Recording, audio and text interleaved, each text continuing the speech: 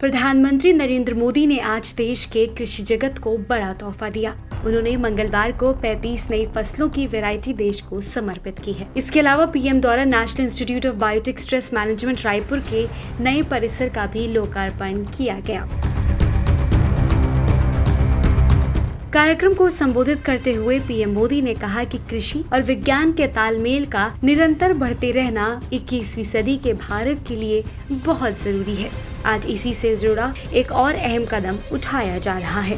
PM Modi ने कहा, छोटे छोटे किसानों की जिंदगी में बदलाव की आशा के साथ ये सौगात मैं आज कोटि कोटि किसानों के चरणों में समर्पित कर रहा हूँ। कि भारतीय कृषि हमेशा से कितनी वैज्ञानिक रही है।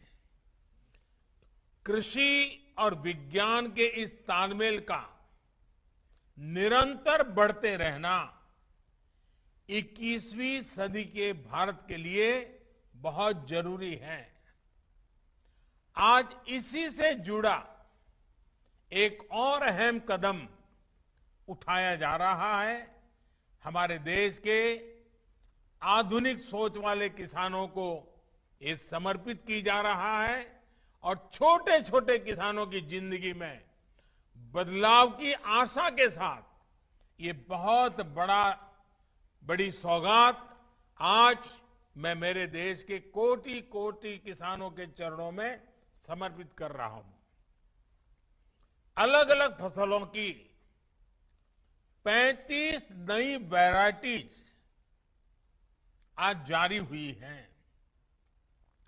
आज रायपुर में National Institute of Biotic Stress Management का लोकार्पण भी हुआ है। पीएम मोदी ने बताया कि छत्तीसगढ़ के National Institute of Biotic Stress Management के तौर पर देश को वैज्ञानिक काम के लिए नया संस्थान मिला है। यहाँ से जो वैज्ञानिक तैयार होंगे, जो समाधान तैयार होंगे, वो देश की कृषि और किसानों की आय बढ़ाने में सहायक होंगे। छत्तीसगढ़ के National Institute of Biotic Stress Management के तौर पर देश को एक नया वैज्ञानिक काम के लिए राष्ट्रीय संस्थान मिला है। ये संस्थान मौसम और अन्य परिस्थितियों के बदलाव से पैदा हुई चुनौतियां, बायोटिक स्ट्रेस, इससे निपटने में देश के प्रयासों को वैज्ञानिक मार्गदर्शन मिलेगा, वैज्ञानिक सहायताएं मिलेगी और वो बहुत बल देगा। यहां से जो मैन पावर ट्रेन होगा, जो हमारा युवा धन तैयार होगा, वैज्ञानिक मन मस्तिष्क के साथ जो हमारा वैज्ञानिक तैयार होगा, जो यहां पर समाधान तैयार होंगे, जो सॉल्यूशन निकलेंगे, वो देश की कृषि और किसानों की आय बढ़ाने में कारगर सिद्ध होंगे।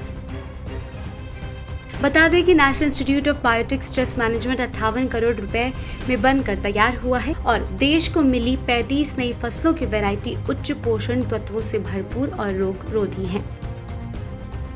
INS report.